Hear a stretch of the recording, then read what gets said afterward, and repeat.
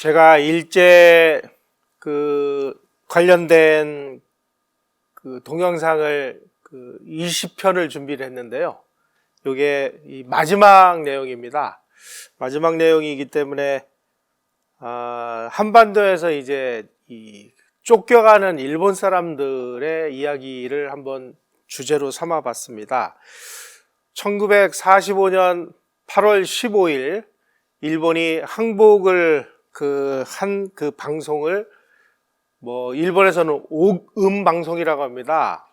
이 천황의 실제 목소리가 방송을 통해서 나왔다고 그래서 이 오금 방송인데, 사실 이 일본이 오금 방송이라고 하는 이 내용은 너무나 추상적인 내용으로 되어 있고, 그리고 일본의 이 황실에서 쓰는 용어는 일본의 일반 사람들이 쓰는 용어하고 많이 좀 다른 모양입니다. 그래서 이 오금 방송이 방송이 됐음에도 불구하고 이게 일본의 항복을 의미하는 방송인지를 이해한 한국 사람은 거의 없었답니다. 그러니까 항복을 했다라는 소식을 한국 사람들이 인지한 것은 8월 15일이 아니고 8월 16일이었다고 그래요. 그래서 종전에 관한 조서라는 것이 오금 방송이라는 것인데, 이 종전에 관한 조서의 발표로 인해서 일본은 이제 포츠담 회담을 수용을 하겠다. 이 얘기는 뭐냐면, 우리는 조건 없이 항복을 하겠다. 원래 항복을 하게 되면 이제 여러 가지 조건을 걸게 돼 있는데, 이제 조건이고 뭐고 필요 없이 우리는 연합군이 하라는 대로 우리는 하겠다. 만세! 죽여주십시오. 이렇게 된 겁니다. 그래서 일본 정부가 항복을 했기 때문에 다음과 같은 국제법적인 의무를 지게 됐습니다. 첫째, 조건이 없는 항복을 했습니다. 둘째, 일본군의 무장을 완전히 해제를 하게 됐습니다. 셋째, 제일 중요한 내용이 이겁니다. 식민지와 점령지를 다 포기를 하게 됐습니다. 사실은요, 일본이 원래 항복을 일찍부터 하려고 했는데, 계속 이 연합군하고 이 협상이 안 된 내용이 뭐냐면은, 이 식민지하고 점령지를 일본은 계속 유지를 하려고 했습니다. 일본이 요구한 식민지 선이 어디까지냐? 1차 세계대전이 끝나서 1차 세계대전을 끝냈을 때 일본은 어마어마한 영토를 얻었습니다. 독일이 차지하고 있었던 남태평양 섬들을 전부 뺏어서 일본이 점령을 했죠. 그 다음에 한반도 자기네들이 점령을 했죠. 하여간 많습니다. 대만도 점령했죠. 사할린도 점령했죠. 이 점령지를 우리 영토로 인정을 해달라. 그러니까 연합군이, 야, 너희들 항복하는 주제에 뭘 토를 달아. 야, 우리가 카이로 선언에서 뭐라고 했어? 조선도 독립시켜주기로 했고, 너희들이 지금 무력으로 점령한 지역 전부 우리가 해방시켜주기로 약속을 했는데, 자꾸 토를 달아. 이렇게 얘기하니까 항복이 이게 뭔가 조건이 안 맞은 거예요. 그런데 원자폭탄을 2방 맞고 이제 여차하면은 이제 도쿄에 원자폭탄이 떨어질 판입니다. 그러니까 무조건 항복을 했어요. 그러니까 식민지 및 점령지 다 포기해. 다 포기할 수밖에 없는 거예요. 포기할 수밖에 없는 국제법적인 의무를 지게 된 겁니다. 넷째, 연합군에 의한 일본 본토 점령을 수용을 했습니다. 그리고 5번째, 전쟁을 하게 되면 전쟁을 끝내는 과정에서 가장 중요한 게 뭐냐면은, 이 전쟁을 누가 일으켰어? 전쟁을 일으킨 놈들 다 식별을 해냅니다. 그래서 2차 세계대전이 끝난 다음에 연합군은 독일 군들 중에 전쟁을 일으킨 사람을 처벌하기 위해서 뉘른베르크에서 전범 재판을 했고요. 도쿄에서 전범 재판을 했습니다.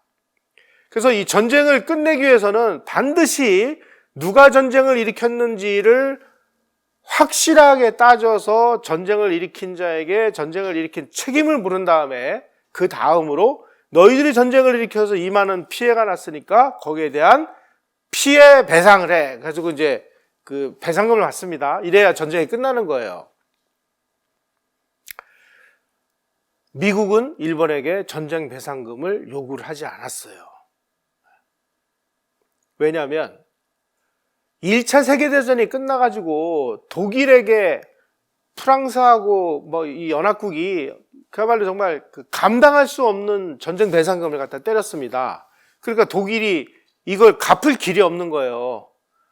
그러니까 이제 못 갚으니까 프랑스군이 어디를 점령을 해요?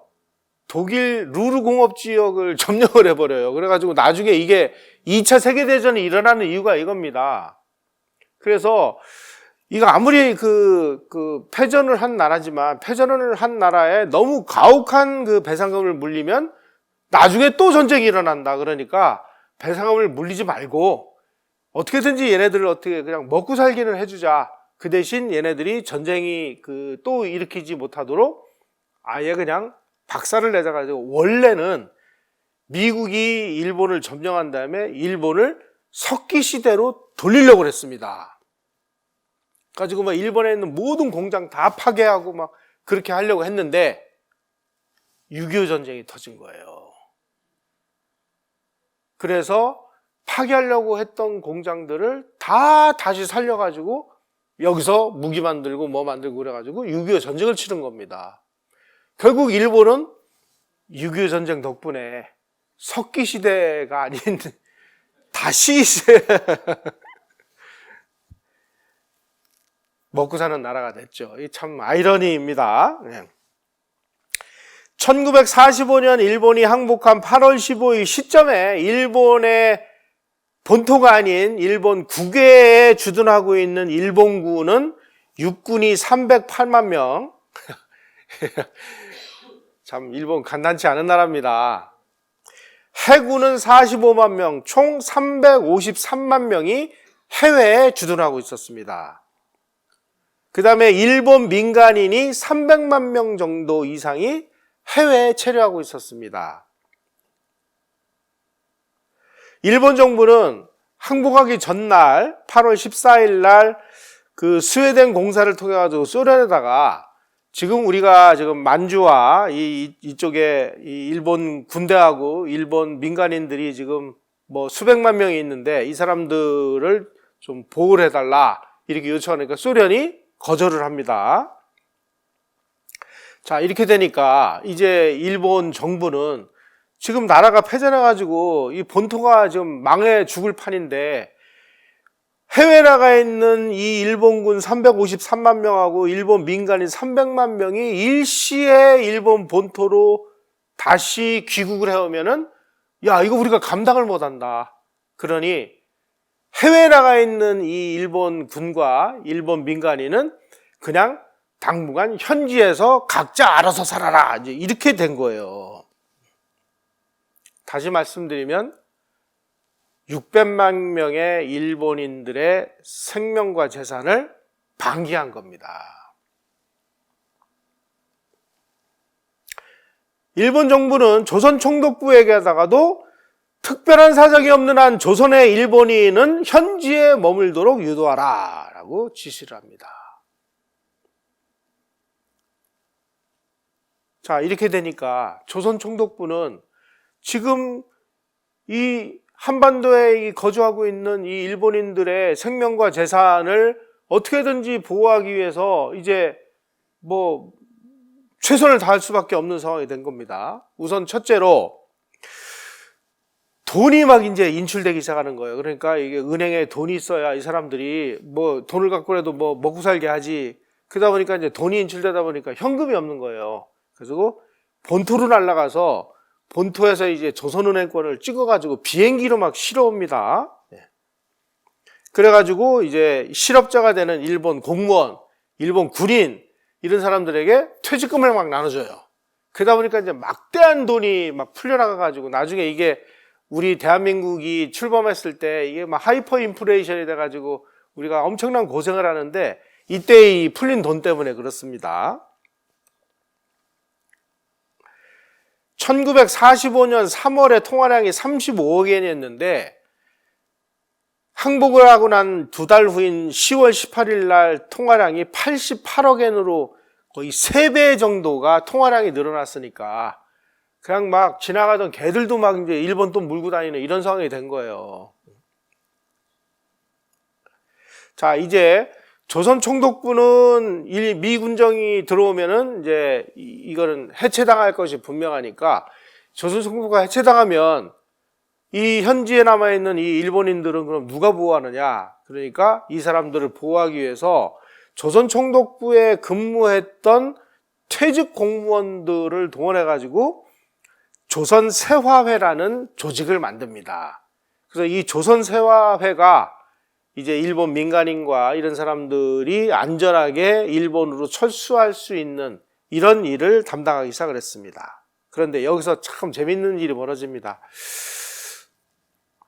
그렇게 뭔가 이 뭐 정부의 지시를 잘 따르고 뭐 이러던 사람들도 갑자기 일본이 이제 항복해가지고 거의 뭐 이제 무정부 상태가 되다 보니까 이제 나 하나 살아보자 그래가지고 이 상류층들이 패전 소식을 듣자마자 수단 방법을 가리지 말고 재산을 챙겨가지고 밀수선을 타고 다 일본으로 도망갔습니다.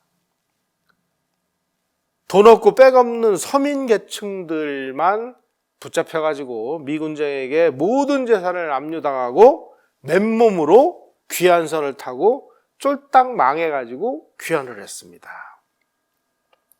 특히 소련군이 만주를 이제 침공을 했어요. 만주에도 이 만주국이 일본이 만든 만주국이 있었는데 만주국에 공무원 일본 사람들도 많았고 그리고 거기 일본 그 민간인들도 많았고 그 다음에 공무원이나 군인의 가족들도 많았는데 그 중에 민간인과 개척단원이 100만 명이 그 만주국에 있었는데 이런 사람들에게는 대피령조차 안 내리고 특별열차를 동원해가지고 만주국에 있던 고위 일본 관리 그리고 군인 가족들 이런 사람들만 기차로 대피를 시켰습니다. 나중에 이게 막 일본 국회에서 큰 문제가 되는데 이렇게 되다 보니까 만주에 나와있던 사람들이 소련인들에게, 소련군에게 전부 체포가 돼가지고 시베리아 강제 수용소로 끌려가가지고 무진고생을 하고 그래가지고 1956년, 1959년까지 강제 노동을 하다가 그 와중에 많은 사람들이 죽고 그 이후에 하여간 십몇 년 그 수용소 생활하다가 이제 그 귀환을 해요. 소련군이 그 1945년 8월 12일부터 북한의 그 나진, 그 다음에 함흥, 원산 일대에 이제 상륙을 합니다. 상륙을 하니까 그 지역에 있었던 군인 가족, 공무원 가족만 열차에 태워가지고 서울로 피신을 시킵니다. 민간인들은 다 버린 거예요. 예. 자, 포츠담 선언 제9항에 의하면은 일본 군대는 완전히 무장을 해제한 후 각자의 가정에 귀환을 해서 평화적이고 생산적인 삶을 영위하는 기회를 가진다라고 되어 있습니다. 다시 말씀드리면 일본 군대는 무장을 다 해제시킨 다음에 본국으로 돌려보내서 이제 그 먹고 살게 한다 이렇게 규정이 되어 있는데 민간인에 대해서는 어떠한 규정이 없어요. 그러다 보니까 이 300만 명의 이 해외에 체류하고 있는 일본 민간인들은 이제 이거 여차하면은 현지인들에게 맞아 죽거나 무슨 일을 당해도 이제 어떻게 뭘 할 수 있는 방법이 없는 거예요. 그러니까 막 일본 정부가 어떻게든지 이 사람들은 목숨을 살리자 그래가지고 연합군 최고사령부에다가 계속 그 이의를 제기해서 1946년 3월 16일 날 그 GHQ라고 하는 연합군 최고사령부가 일본 정부에 귀환에 관한 기본 지침을 전달하는데 이 지침에 의거해서 해외 체류 일본 민간인도 송환해 줄게 이렇게 약속을 합니다. 그래가지고 이 일본인 송환하는 순서를 보면 제일 먼저 일본 군대가 송환이 됩니다. 왜냐하면 이것들 해외에 남아있다가 뭔 일을 벌이면 큰일 나잖아요. 그러니까 군대부터 무장해제 시킨 다음에 돌려보내요. 예. 둘째, 제대한 군인과 그 가족을 두 번째로 보내요. 그 다음에 셋째, 경찰 등 바람직하지 않은 자가 해외에 남아있으면 미군정이 골치 아프잖아요. 그러니까 이런 사람들 돌려보내요. 그 다음에 신관, 이 신관이라는 건 뭐냐면 일본은 그 신도라는 걸 믿는데 이 신도를 그 운영하기 위한 그 종교 관련된 사람. 그 다음이 민간인이에요. 민간인은 우선순위가 굉장히 뒤로 가 있습니다. 그리고 고위공직자와 회사 간부 이런 사람들은 끝까지 잡아뒀다가 민간인이나 이런 사람들이 경거망동하지 못하도록 그 책임을 이렇게 지게 합니다. 그래서 한반도에서 돌아가는 일본 민간인은 최소 92만 명에서 100만 명입니다. 민간인이 72만 명. 그 다음에 북한에서 귀환한 민간인 중에는 만주에서 살던 이 일본인들이 만주를 점령한 소련군이 남자들은 다 잡아다가 시베리아 강제 수용소로 보내고 그냥 여자들은 막 다 성폭행하고 이러니까 이제 막 탈출해가지고 북한으로 탈출해 왔다가 북한에서 이제 남한으로 탈출해 오는 이런 사람들을 이야기하는 것입니다. 그래서 이때서부터 인류 역사상 최대의 집단적인 인력 이동이 시작이 됐습니다. 그러니까 일본 본토가 여기 있는데 지금 사할린, 만주, 중국, 조선, 대만, 그리고 동남아시아 이런 데 있던 일본인들 660만 명이 대거 이제 본토로 돌아가는 겁니다. 660만 명이 돌아가려고 하면은 배가 몇 척이 필요했을까요? 참 어마어마하죠. 그래가지고 패전 당시까지 남아있던 일본 해군의 함선, 민간인의 선박, 미군 수송선 100척, 그 다음에 상륙함 85척, 병원선 6척을 일본군과 민간인 철수작전에 투입을 해가지고 계속 이제 실어 날른 겁니다. 그래서 45년 8월 15일부터 49년 말까지 624만 명의 일본군과 민간인이 일본으로 돌아갔습니다. 자, 한국의 일본 민간인이 72만 명 정도가 남아요. 어떤 자료는 76만 명, 79만 명 그런데 이게 아마 일본 군대 숫자가 조금씩 차이 나서 그런 것 같고요. 민간인 72만 명, 이 일본군 36만 명이 체류가 있었는데 이 사람들이 이제 일본으로 돌아가는 과정에서 굶어 죽거나 질병으로 죽은 사람이 3만 5천 명입니다. 자, 일본 민간인들의 경우는 와가지고 아까 제가 말씀드린 대로 흥남에 질소비료 공장을 운영하던 사람, 이 압록강 수풍댐에서 근무하던 사람, 이런 사람들이니까 이 사람들은 일본이 조선을 식민지로 만들어가지고 일본 땅이 조선 땅이고 조선 땅이 일본 땅이니까 여기도 우리 땅이야, 우리 영토야 하고 살고 있는데 어느 날 갑자기 항복을 해가지고 여기는 조선 땅이니까 이제 돌아가야 돼. 이런 상황이 벌어지니까 얼마나 좀 황당했겠어요. 거기다가 이 일본 사람들이 더 기가 막힌 건 미 군정이 야, 이거 너희들 가지고 있는 모든 재산 다 놓고 돈은 1,000엔까지만 가지고 나가. 가방, 짐은 가방 하나만 가지고 나가. 이렇게 된 거예요. 그러니까 자기네들이 살던 집, 자기네들이 지금 가지고 있던 공장, 가게, 땅 이런 거 다 포기하고 가방 하나 들고 돈 1,000엔, 1인당 1,000엔 이렇게 쫓겨났으니 이 얼마나 참 기가 막혔겠습니까? 바로 이 호즈미 신로쿠라는 사람이 아까 말씀드린 조선 세화회 책임을 맡아서 운영을 했습니다. 이 사람은 아주 엘리트예요. 도쿄 제국대학 정치학과를 졸업하고 그 다음에 고등문관 시험을 합격해가지고 관리가 됐는데 이 사람이 그 유명한 일본 자본주의의 아버지라고 하는 시부사와 에이야치의 외손자예요. 그 외손자가 이제 조선총독부에 와서 근무를 하다가 이 사람이 군부에게 찍힙니다. 이 사람은 군부를 굉장히 싫어했던 것 같아요. 우리가 이 부분을 잘 봐야 될 것 같습니다.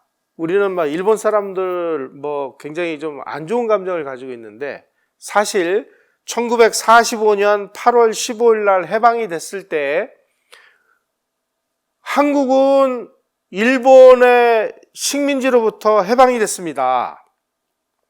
일본 민간인들은 일본 군부 군국주의자들에게 해방이 됐어요. 다시 말씀드리면 일본 국민들은 1894년 청일전쟁이 일어난 그 시점부터 일본 군부가 막 끝없이 전쟁을 일으켰잖아요. 청일전쟁 일으켰죠. 10년 후에 1904년에 러일전쟁 일으켰죠. 1914년에 제1차 세계대전에 참전했죠. 1931년에 만주사변 일으키고 상해사변 일으켰죠. 1937년에 중일전쟁 일으켰죠. 1941년 태평양전쟁 일으켰죠. 그래가지고 이 일본에 태어난 일본 사람들은 일본 군부에 멱살이 잡혀가지고 그냥 아들들은 전부 그냥 군대로 나가가지고 태평양에서 죽어, 중국 땅에서 죽어, 만주에서 죽어, 동남아에서 죽어.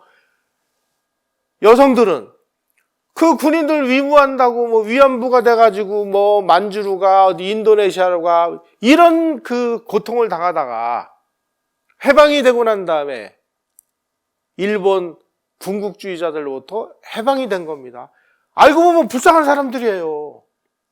그래서 일본의 이 뜻 있는 지식인들은 아주 일본 군부를 증오를 했습니다. 그 대표적인 사람이 이 호즈미 신로쿠라는 사람이에요. 이 사람이 근무를 하다가 아니 나 일본 사람이니까 내가 천황폐하를 내가 존경하고 나는 천황폐하의 그 명예에 따르고 하는 건 좋은데 아니 조선 사람이 우리 천황폐하고 무슨 관계가 있느냐, 이 발언했다가 군부한테 찍혀가지고 관직에서 쫓겨났어요. 그래서 태평양전쟁 개시 1개월 전에 반군 성향 관리로 군부에 찍혀가지고 쫓겨났습니다. 우리가 이런 부분들을 잘 봐야 됩니다. 일본 사람들 저 사람들 옛날에 우리 침략했잖아, 이게 아니고요. 일본의 이 소위 말하는 그 정신 나간 이 군부 제국주의자들, 이 소위 말하는 이 천황 파시즘의 핵심 몸통인 일본 군부가 자기네들 국민을 이런 식으로 못된 짓을 한 거예요.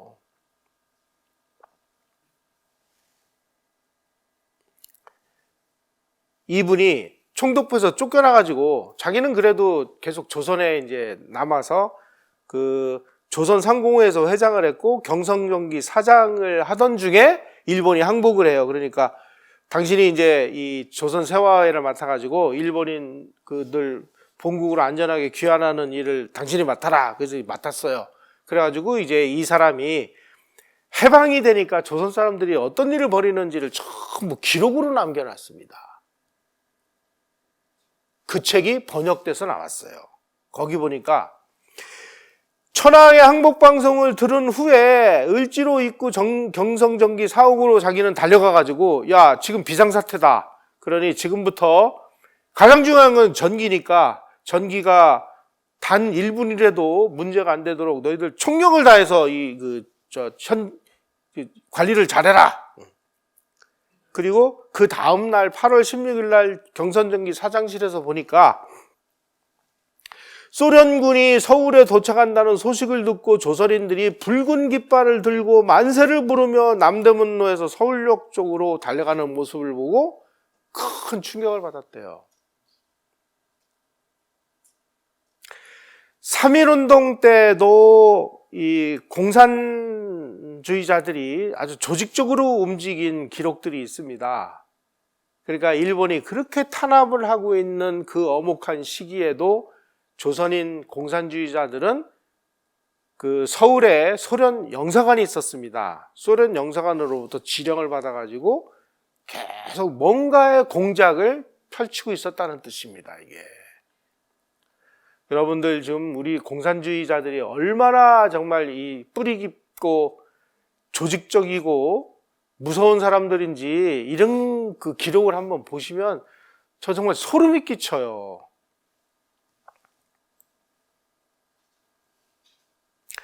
또 이 조선 사람들이 해방이 되니까 어떤 일들을 벌였는지를 그 기록을 남긴 사람이 경성제대 의학부 교수인 다나카 마사시라는 사람입니다. 이 사람은 1946년 초에 일본에 귀환을 했는데 일본 귀환할 때까지 이제 쫙 기록을 남겼어요. 거기 보니까 거리에는 일장기를 이용해 만든 태극기가 나부끼고 질주하는 트럭 전차 지붕 위에서 조선인들이 만세를 외쳤다. 평소 조선인에게 원성을 사 생명의 위협을 느낀 일본인들은 밀항선을 타고 다 도망을 갔고 불안한 마음으로 무작정 한국으로 향하는 일본 사람, 또 조선에 뿌리를 내리고 정착했던 일본인들은 너희들 각자 알아서 살고 일본으로 오지 마 이러니까 어떻게 살아야 되나 하고 막 발버둥을 치는 이런 내용들을 아주 자세히 기록을 해놨습니다. 또 조선에 살던 사람들이 어떤 식으로 쫓겨났는지를 아주 학문적으로 깊이 연구를 한 책이 바로 이 조선을 떠나며라는 이 책입니다. 이 책이 굉장히 중요한 내용들을 많이 담고 있습니다. 그래서 관심 있는 분들은 이런 책들을 한번 보시면 그때 일본 사람들이 어떻게 쫓겨났나 자세히 나와 있습니다. 8월 17일 날 경성제국대학에 있는 조선인 직원들이 대학자치위원회라는 것을 조직을 합니다. 말단 조선인 직원은 무슨 위원장이라는 완장을 두르고 그 옆에 일본인 과장은 그 옆에서 조선인 상대로 가재도구를 내다 팔아가지고 먹고 사느라고 세상이 이제 뒤집어진 거죠. 8월 20일 무렵이 돼서 만세 소리가 잦아들었다고 합니다. 그러자마자 거리 곳곳에 배척, 일본인 재료, 일본인들 너희들 빨리 돌아가라 이런 뜻입니다.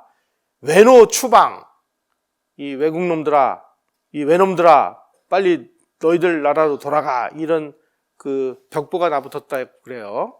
그 다음에 11월이 되자 일본식 동네 이름이 그 당시 이 서울이나 이런 거리 이름 이런 게 전부 일본식으로 돼 있었는데 이게 다 조선식으로 바뀌었다고 그래요. 그 다음에 경성일보가 그 당시에 독자가 가장 많은 신문이었는데 경성일보가 11월 1일자로 일본인 편집부 전원이 사퇴하고 전원이 조선인으로 교체가 됐다고 합니다.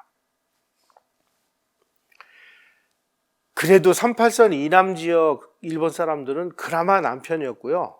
38선 이북 지역이 사실은 심각했습니다. 왜냐하면 이제 소련이 점령을 해가지고 소련 사람들이 이제 일본 사람들을 어떻게 이제 처해있느냐. 아주 끔찍한 일들이 벌어졌습니다. 1927년부터 경성방송이 개시됐는데 10월 말부터는 한일 양국어로 방송을 하기 시작했고 얼마 후에는 뉴스를 제외하고 모든 프로그램을 조선어로 방송을 했다고 합니다. 그리고 38선 이북에 진주한 소련군은 북한에 있는 모든 일본인들을 전부 억류를 했습니다. 그 중에 약 6만 명에서 7만 명의 일본군이 시베리아로 끌려갔습니다. 소련 점령군은 45년 8월부터 46년 2월까지 18세에서 40세의 일본 남성을 아주 대대적으로 체포를 해가지고 1000명 단위의 작업대로 편성을 해가지고 만주, 사할린, 시베리아로 끌고 가서 죽도록 강제노동을 시켰습니다.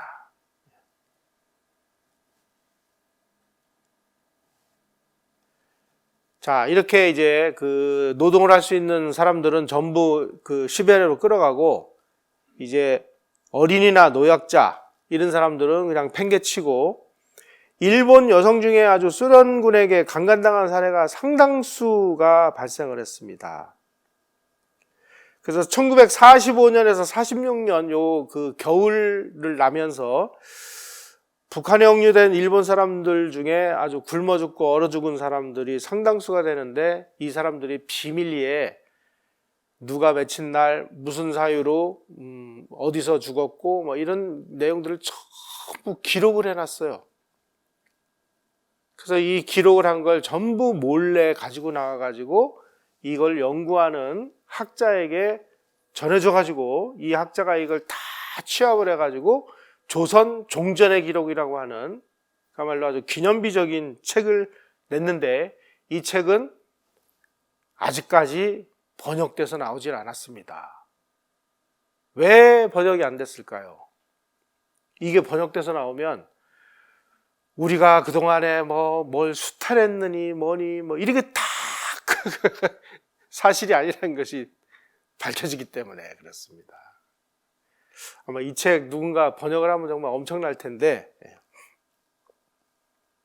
그렇게 해서 북한에서 이제 탈출해 온 사람을 이제 남한에서 수용을 해요.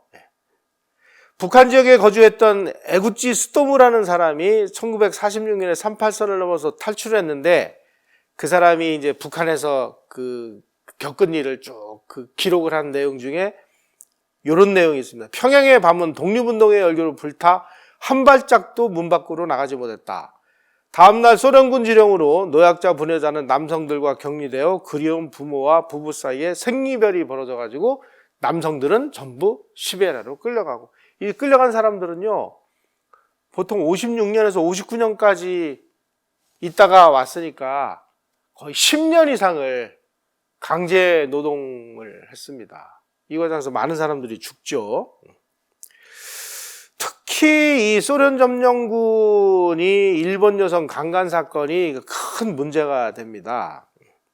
피해를 당한 사람들이 귀환을 해가지고 막 혼혈아가 출산을 하는 거예요. 일본 정부가 야 이거 이러다가 이거 큰일 나겠다 그래가지고 일본 정부가 46년 3월에 대부분 그 귀환항이 하가당 쪽으로 많이 돌아왔는데 그 하가당 부근에 후스카이치라는 그 도시에다가 보양소라는 것을 설치합니다. 그리고 규시대 의학부 산부인과 의사들을 소집을 해가지고 소련 점령지에서 귀환한 여성들 중에 임신한 여성들이 발견되면 강제로 낙태 수술을 했습니다. 바로 이 강제 낙태 수술에 동원된 다나카 마사시 교수, 다나카 마사시 교수는 아까 제가 말씀드린 요 자료에 나오는 요 사람입니다. 이 사람도 이제 일본으로 가가지고 이 강제 낙태하는 그 일에 종사를 했는데 이 사람이 일본의 전쟁 도발과 패전의 대가를 왜 일본 여성들이 치러야 되느냐 하면서 아주 이 식민지배의 무상함 그리고 일본 이 군국주의자들의 이 범죄 행위에 아주 막 적나라하게 분노하는 모습들이 나옵니다. 일본이 다시 군국주의화 된다고요? 정말 그런 일은 없습니다. 일본 사람들이 몇십 년 동안을 이 고생을 했는데 그 사람들이 다시 또 남의 나라를 침략하는 일에 앞장서겠습니까? 근데 우리 언론들은 그냥 입만 열면 일본의 군국주의화가 가시화되고 있대요. 이거 어떻게 하면 좋아요, 이거? 참, 우리가 일본을 몰라도 이렇게 모릅니다. 자, 이제 일본이 망해서 이제 이 세상이 이렇게 바뀌니까 일본 통치에 협조한 사람들은 어떻게 됐겠습니까?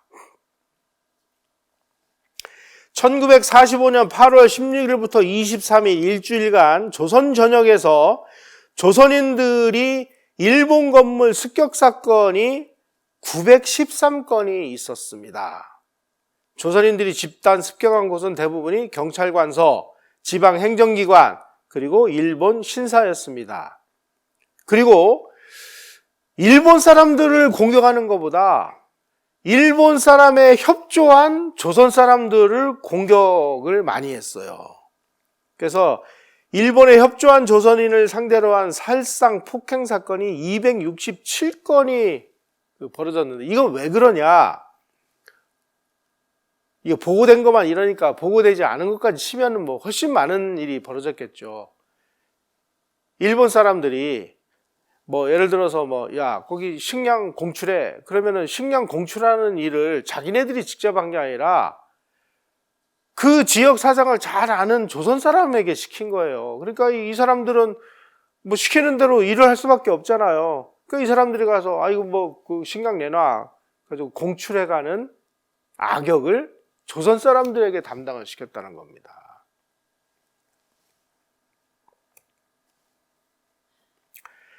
해방 직후 발생한 이 습격 사건은 경찰서, 주재소, 행정관서 등이 많았고 그 다음에 신사들이 많이 공격을 당했습니다. 그리고 일본인보다 일본에 협조한 조선인에 대한 공격이 훨씬 더 많았습니다.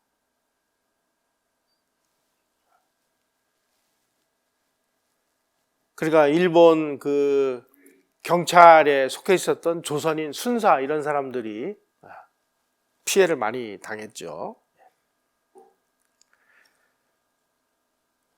자, 일제시대 조선에 와서 뿌리를 내리고 살았던 일본 사람들, 그리고 일본인, 한반도에서 태어난 일본인 2세들, 이런 사람들은 한반도가 외국이나 남의 나라가 아닌 자기네 나라라고 인식을 했어요. 그런데 갑자기 해방이 되면서 돌변한 조선인들의 성난 인심을 체험하면서 어이쿠, 이게 뭐야? 이 세상이 이렇게 바뀌었나? 하고 아주 큰 충격을 받았다는 거예요.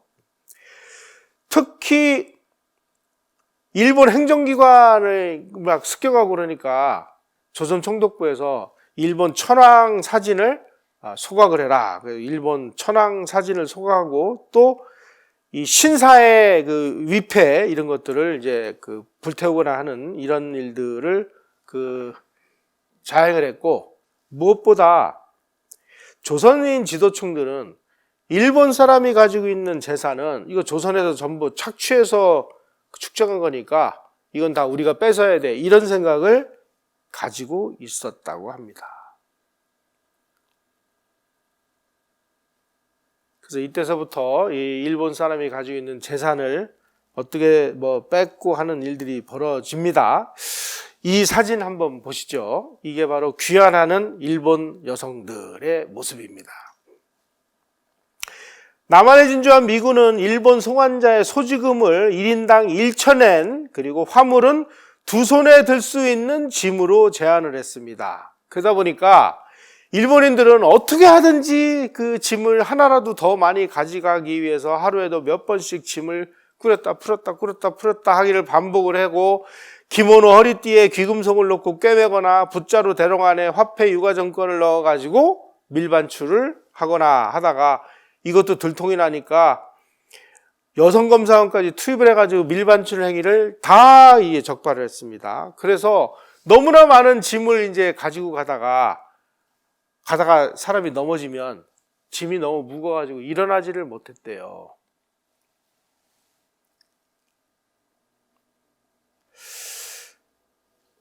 그 모든 재산을 놓고 이렇게 빠져나가야 되는 일본인들의 마음은 어땠을까요?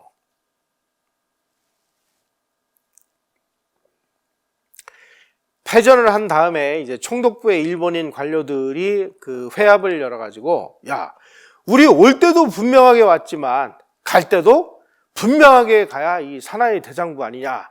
그러니까 우리 갈 때도 깨끗하게 떠나자. 이렇게 결의를 했답니다. 그런데 이제 서울에 거주하는 일본인과 조선 총독부 그 요원들이 만주와 북한에서 소련군이 일본 여성을 막 강간하는 사례가 막 계속 보고가 되니까, 야, 이거 큰일 났다.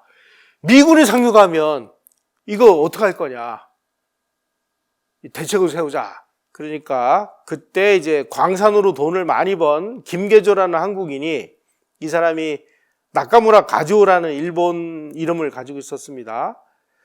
나에게 총독부가 돈을 빌려주면 제가 이 돈을 가지고 댄스홀을 만들어 가지고 여기서 이제 일본인들을 어떻게든지 처리를 하겠습니다. 그래가지고 이제 총독부 국장회의에서 이 제안을 수용해 가지고 김계조라는 사람에게 이제 돈을 빌려줍니다. 그래가지고 이 김계조라는 사람이 그 돈을 가지고 미쓰코시 백화점, 지금으로 치면 신세계 백화점 지하에다가 미군 전용 댄스홀을 만들어요.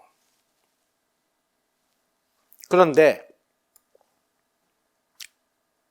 그 돈은 누가 준 거냐? 이제 조선 총독부는 이제 법적인 그 효력이 없으니까 조선인 세화회 아까 말씀드린 호즈미 신로쿠라는 사람이 에게 일본 은행이 돈을 대출해줘서 이 사람이 이제 그 김계조라는 사람에게 돈을 빌려주는 걸로 했습니다. 근데 미 군정이 들어와가지고 가만히 보니까 이 돈이 이게 일본 은행에서 나온 뭐 이상한 돈이야? 야, 이거 뭐야? 이거 일본 첩보기관 아니야? 그래가지고 이 댄소를 덮쳐가지고 관계자들을 다 잡아갔습니다.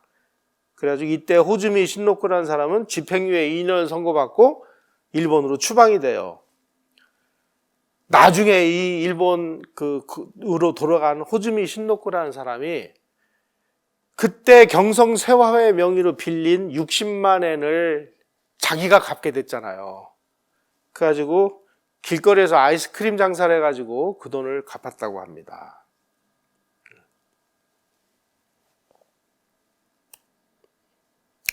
자, 여기 있는 요 사람을 주목해 주십시오. 이 사람이 구보다 유타카라는 사람입니다. 제가 지난 시간에 말씀드린 저 압록강의 부정강, 장정강, 허천강 발전소를 막아서 반대편으로 물길을 돌려서 발전을 하자는 유역 변경식 발전의 아이디어를 낸 사람이 바로 이 구보다 유타카라는 사람인데, 이 사람은 아주 일본 최고의 이 전력 전문가입니다. 이 사람이 수풍댐이 만들어진 다음에 수풍댐에서 만들어지는 전기를 공급하는 그 회사 사장으로 있었어요. 압록강 수력발전소 사장으로 있고 조선전업 사장으로 근무하다가 패전을 당했어요. 이 사람이 쓰던 빌딩 자기 사무실이 미 군정에 증발이 돼가지고 하지 미군 사령관의 집무실로 증발을 당했어요. 그래서 자기가 만든 압록강의 그 수풍발전소, 장진강, 부정강, 허천강 발전소 모든 거 다 놔두고 1945년 11월에 맨손으로 배를 타고 일본으로 쫓겨납니다. 쫓겨나면서 이 사람이 뭐라고 그랬느냐? 나는 일본인이기 때문에 일본이 전쟁을 벌인 이상 우리는 이겨야 하지 않겠느냐. 그래서 나는 일본 정부에 협조를 했다. 그래서 나보고 전쟁 협력자라고 하면은 나는 할 말 없다. 나 일본 전쟁 협력자다. 그런데 나의 유산은 지금 내가 아이디어를 내서 만들어진 장정강, 부정강, 허천강 발전소, 수풍댐 이런 건 다 조선에 남아있다. 이것은 비록 나는 한 푼도 못 건지고 빈손으로 가지만 조선민족을 위해 그 유산은 큰 보탬이 될 것 아니겠느냐. 나는 그것으로 나는 보람을 삼는다. 이렇게 이제 귀국을 했어요. 그런데 귀국하고 보니까 자기가 조선 총독부 시절에 데리고 있던 압록강 발전소, 장정강 발전소 이 사람들, 이 부하 직원들 먹여 살려야 될 거 아니에요. 3,000명 직원을 먹여 살리기 위해서 일본 공영이라는 회사를 만듭니다. 이 일본 공영이 전 세계의 수력 발전을 만드는 엔지니어링 회사로 세계 최고의 회사가 됐습니다. 이분이 언제 다시 한국에 나타났느냐? 박정희 대통령 시절에 소양강 댐을 만들어요. 근데 우리가 댐을 만들어 봤어야죠. 그래서 최고 전문가를 찾다 보니까 이 구보다 유타카라는 사람이에요. 그래서 일본 공영이 소양강 댐을 만드는 과정에서 설계를 담당을 합니다. 자, 그래서 1984년까지 한국에 세워진 20개의 수력발전소 중에서 8당을 제외한 19개의 수력발전소의 설계와 감리를 바로 이 구보다 유타카가 만든 일본 공영이 실시를 했습니다.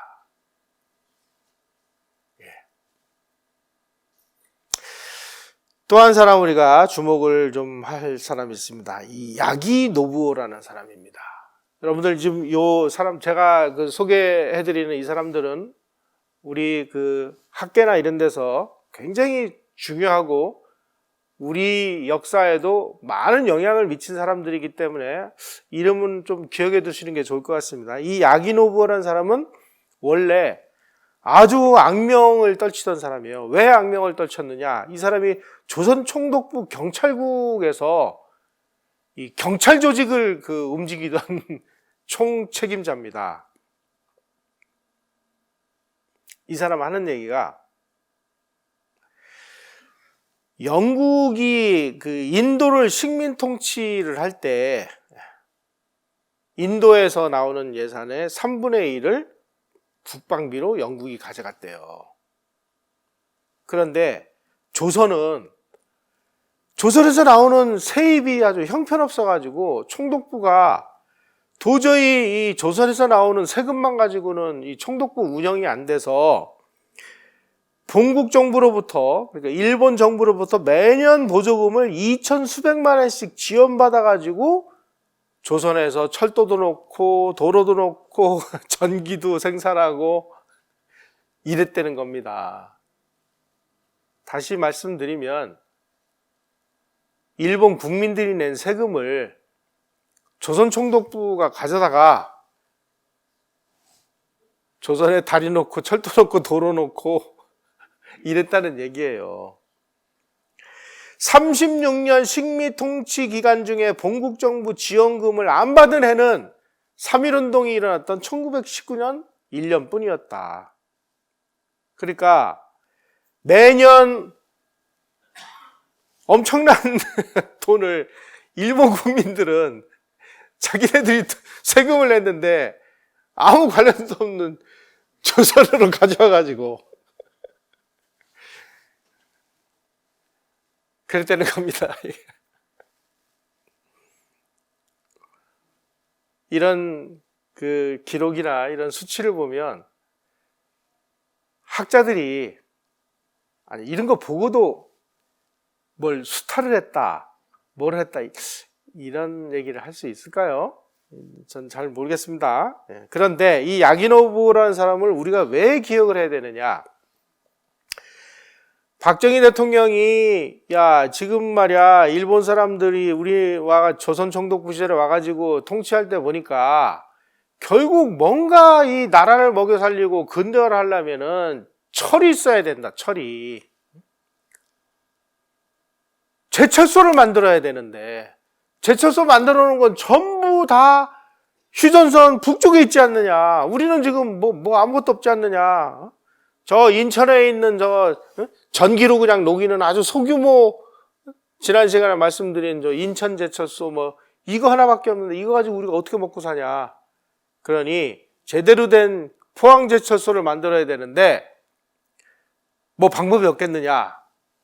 그러니까 이 야기의 노부오라는 사람이 박태준 씨를 일본 정재계에 아주 막강한 영향력을 가진 야소카 마사히로라는 사람에게 소개를 해서 박태준 씨가 지금 우리가 근대 국가가 되려면은 제철소가 있어야 되는데 우리 제철소를 질 돈도 없고 기술도 없고 아무것도 없습니다. 그러니 대한민국이 살 수 있도록 도와주십시오. 그러니까 이 야소카 마사히로라는 사람이 알겠다. 그래서 일본 정계, 재계, 정치계 사람들을 설득을 해서 대일 청구권 자금으로 포항제철을 건설하도록 풀어주자. 그렇게 해서 포항제철이 건설이 됩니다. 그 다리를 놔준 사람이 바로 야기 노부오라는 사람입니다. 후에 일본이 포항제철을 건설할 때 기록을 보면 기술 고문을 보내가지고 한국이 용광로를 쌀 때 이 천 몇백 도의 고열에서도 녹지 않는 이 벽돌이 있습니다. 내화 벽돌이라고 하는 그 벽돌 만드는 기술도 없어요. 그래서 그 벽돌 굽는 것까지 다 가르쳐 가지고 돈 대줘, 기술 대줘 이렇게 해서 만든 게 포항제철입니다.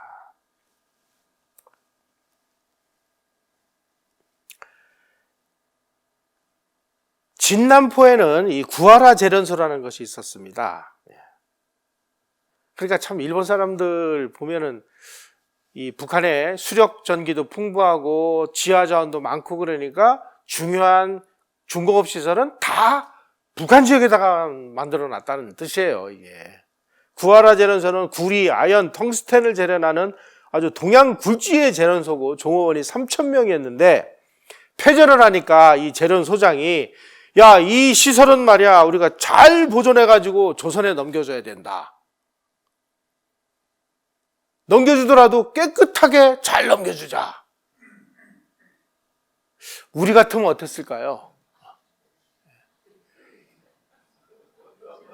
예. 어떻게 했을까요, 여러분? 한번 미뤄 상상하십시오. 예.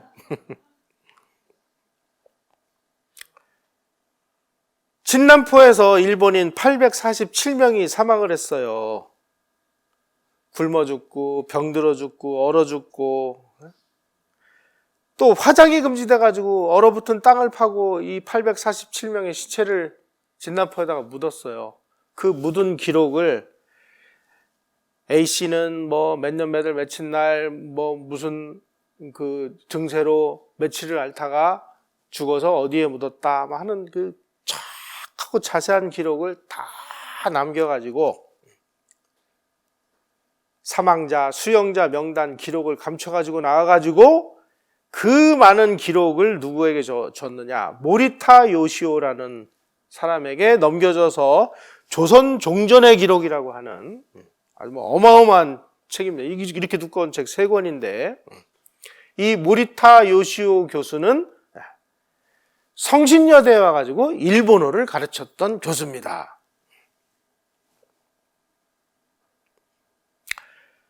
이 사람이 조선 종전의 기록을 쭉 이제 하기 위해서 자료를 막 모으는 과정에 어떤 자료를 보고 이제 막 그 눈물을 막 쏟았다고 그래요. 그 기록이 뭐냐? 1945년 8월 15일 날 오후 3시에 건국준비위원회 부위원장을 맡은 안재홍이라는 사람의 연설이었습니다.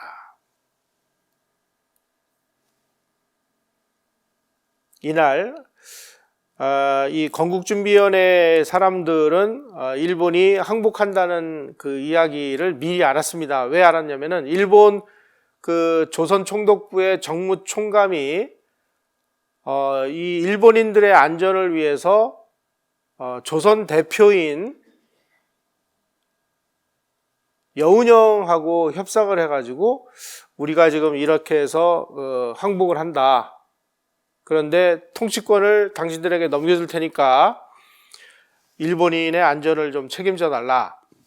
원래 처음에는 우파인사인 송진호 선생을 찾아갔습니다. 송진호 선생을 찾아가서 우리가 이 통치권을 이양을 할 테니까 일본인들의 안전을 책임져 주십시오. 이렇게 얘기를 하니까 송진호 선생이 당신들로부터 우리가 통치권을 이양받을 수 없다라고 거절을 했습니다. 거절한 이유가 있어요. 첫째, 지금 우리의 대표기관은 임시정부인데 임시정부는 지금 중경에 있다. 중경에 있는데 당신들이 이 통치권을 이양을 하려면 임시정부에다가 이양을 하는 게 맞지. 나는 임시정부하고 어떠한 관련도 없는 나는 그냥 자연인인데 자연인인 내가 당신들의 통치권을 받을 아무런 자격이 없다. 나중에 그러면 임정이 오면 어떡할 거냐. 둘째, 이거 굉장히 중요한 문제입니다. 당신들의 통치권을 내가 이어받아가지고 대한민국을 건국을 하면 우리의 건국의 주체는 조선 총독부가 된다. 이게 우리는 이걸 인정할 수 없다. 그래서 송진호 선생은 거부를 했습니다. 그러자 이번에는 이 조선 총독부 정무총감이 좌익인 여운형에게 가서 자, 통치권 어떻게 하시겠습니까? 했더니 땡큐! 받았습니다. 그래서 건국준비위원회 사람들은 일본이 항복한다는 사실을 알고 자기네들이 통치권을 이양받았으니까 이제 일본인들 그 함부로 공격하지 마시오 이렇게 연설을 하는 거예요. 그 연설 내용이 이렇습니다. 안재홍 선생의 연설입니다. 국민 여러분께서는 각별히 유의하여 일본 거주민의 감정을 자극하지 않도록 하십시오. 40년간 총독 정치는 이미 과거의 일이 되었습니다. 조선, 일본 양민족의 정치 형태가 어떻게 변하더라도 두 나라 국민은 같은 아시아 민족으로서 엮여있는 국제 조건 아래서 자주 호양으로 각자의 사명을 수행해야 될 운명에 놓여 있다는 것을 바르게 인식하지 않으면 안 됩니다. 여러분, 일본에 있는 500만 조선 동포가 일본에서 똑같이 순환의 생활을 하고 있다는 것을 생각할 때 조선에 있는 100수십만 일본 주민의 생명과 재산을 안전하게 지켜주는 것이 필요하다는 것은 총명한 국민 여러분께서 잘 이해해 주실 것을 믿어 의심치 않습니다. 바로 안종의 이 연설로 인해서 우리 조선 사람들의 이 성난 민심이 가라앉았다는 것이죠. 자, 이때 이 안재홍 선생의 이 연설, 정치 형태가 어떻게 변하더라도 우리는 친구가 돼서 같이 가야 된다라고 하는 이런 미래를 내다보는 안목, 지금 우리 더불어민주당 정치인들하고 비교해 보시면 어떠한 차이가 느껴지십니까, 여러분들은? 아니, 지금 해방이 된 지 지금 거의 80년이 다 돼 가는데 아직도 반일 죽창가가 지금 울려 퍼지는 이 대한민국을 보면서 일본 사람들은 뭐라고 생각을 할까요? 우리는 막 그 시계 바늘이 막 그냥 거꾸로 지금 돌아가고 있는 거 아닌가, 그런 생각이 듭니다. 자, 이처럼 자기네들이 가지고 있던 모든 재산 다 뺏기고 돈 1000엔과 한 사람이 짊어질 수 있는 그 집만 가지고 일본으로 돌아간 귀환자, 제대군인들 이제 완전히 알거지가 됐잖아요. 일본으로 돌아간 다음에 아주 일본에서도 열등 국민으로 전락을 했습니다. 특히 1946년 봄과 여름 사이에 중국 대륙과 한반도, 일본 열도에서 각종 풍토병, 전염병이 기승을 부렸어요. 왜냐하면 전쟁이 막 끝나는 마당에 막 수백만 명이 이동하는 와중에 거기서 막 콜레라, 장티푸스 이런 게 막 이제 터지니까 막 여기저기로 막 다 옮겨 붙어가지고, 그러다 보니까 이제 일본 본토에 살고 있는 일본 국민들은 외지에서 귀환한 사람들을 완전히 병균 덩어리에 취급을 하고, 여성들은 다 이게 정말 정조를 잃은 더러운 여자라고 이렇게 취급을 하고, 거기다가 더 기가 막힌 거는 1951년도에 샌프란시스코 강화조약이 체결됐습니다. 그래서 이제 일본이 주권을 회복을 했어요. 그러니까 1951년 8월 1일 날 일본 정부가 은근법이라는 걸 개정해요. 은근법이 뭐냐면 공무원과 군인 연금입니다. 지금 나라가 이제 패전을 해서 없어졌으니까 지금 미국의 연합군 점령 통치를 받다 보니까 일본 정부가 그 제대한 군인, 공무원 이런 사람들에게 뭐 연금도 못 주고 아무것도 못 주고 있었는데, 어쨌든 이 사람들에게는 퇴직금과 뭐 연금을 줘야 된다. 그래가지고 이제 연금법이라고 하는 은금법을 만들었는데, 침략 전쟁을 수행하는 과정에서 피해를 입은 공무원과 군인에게만 지급을 했습니다. 민간인은.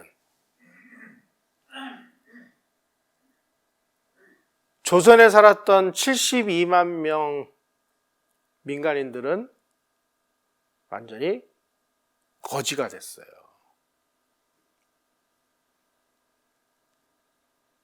이 사람들이 놓고 간 재산, 이건 나중에 귀속 재산이 돼서 다 한국인들이 다 차지했죠. 공장, 주택, 토지, 기타 등등. 정말 미안한 얘기입니다만 제가 어린 시절에 아버지가 월남을 하셔가지고, 저는 고향이 없는 사람입니다.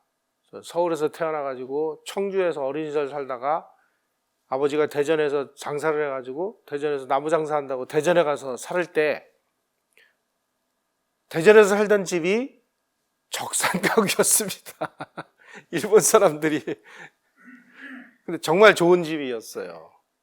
그래서 제가 초등학교 4학년 때인가 뭐 어떤 국회 수교한 후로 기억이 나는데 어떤 일본 사람들이 찾아왔어요. 이게 내가 옛날에 살던 집이라고. 그런 기억이 납니다.